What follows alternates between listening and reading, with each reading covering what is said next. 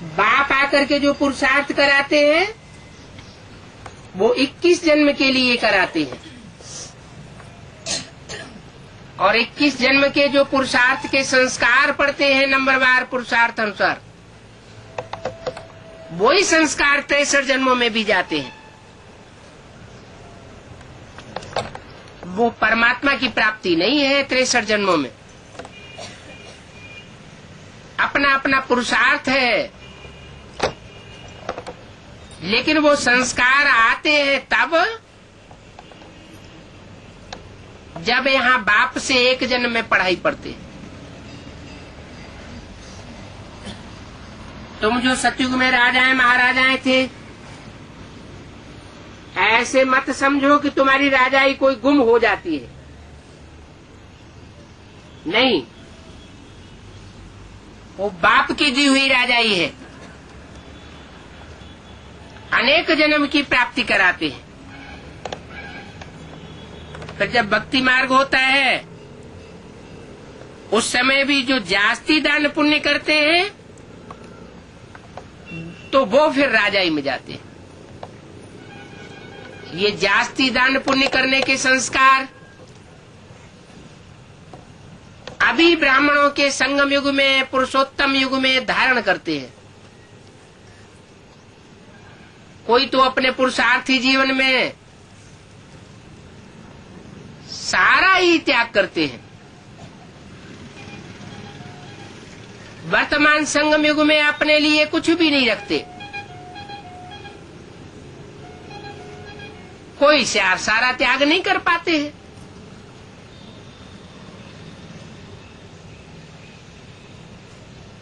जो त्याग नहीं कर पाते हैं वो फिर संस्कार ले जाते हैं। द्वापर युग में वही संस्कार फिर इमर्ज होते हैं, तो एक जन्म में राजा बनते हैं, अगले जन्म में फिर पुरुषार्थी बनते हैं। इसलिए कहा जाता है तप कर राज और राज कर नरका,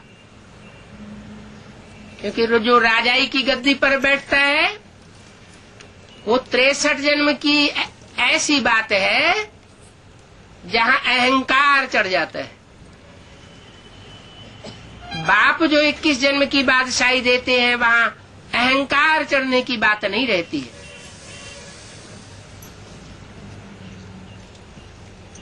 वो होते हैं विकारी राजाएं, और सतयुग त्रेता में होते हैं निर्विकारी राजाएं।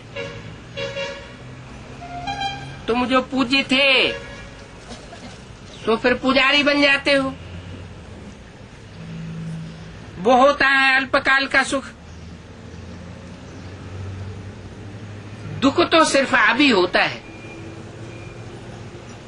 जब तुम तमो प्रधान बने हो। कब बने हो तमो प्रधान? कलयुग में आकर के अंतिम चरण में तुम तमो प्रधान बनते हो। जब रजो प्रधान हो तो इतना दुख नहीं होता है। जब इतना दुख नहीं होता है तो उस समय रावण को जलाते भी नहीं है। जब जास्ती दुख बढ़ जाता है, कोई सहन नहीं कर सकते हैं, तो दुख देने वाले का पुतला बना करके जलाते हैं। तो बच्चों को बुद्धि से काम लेना है कि देखो रजो प्रधान में भी हमको कितना सुख है। वहां कोई लड़ाई झगड़े आदि की बात नहीं होती।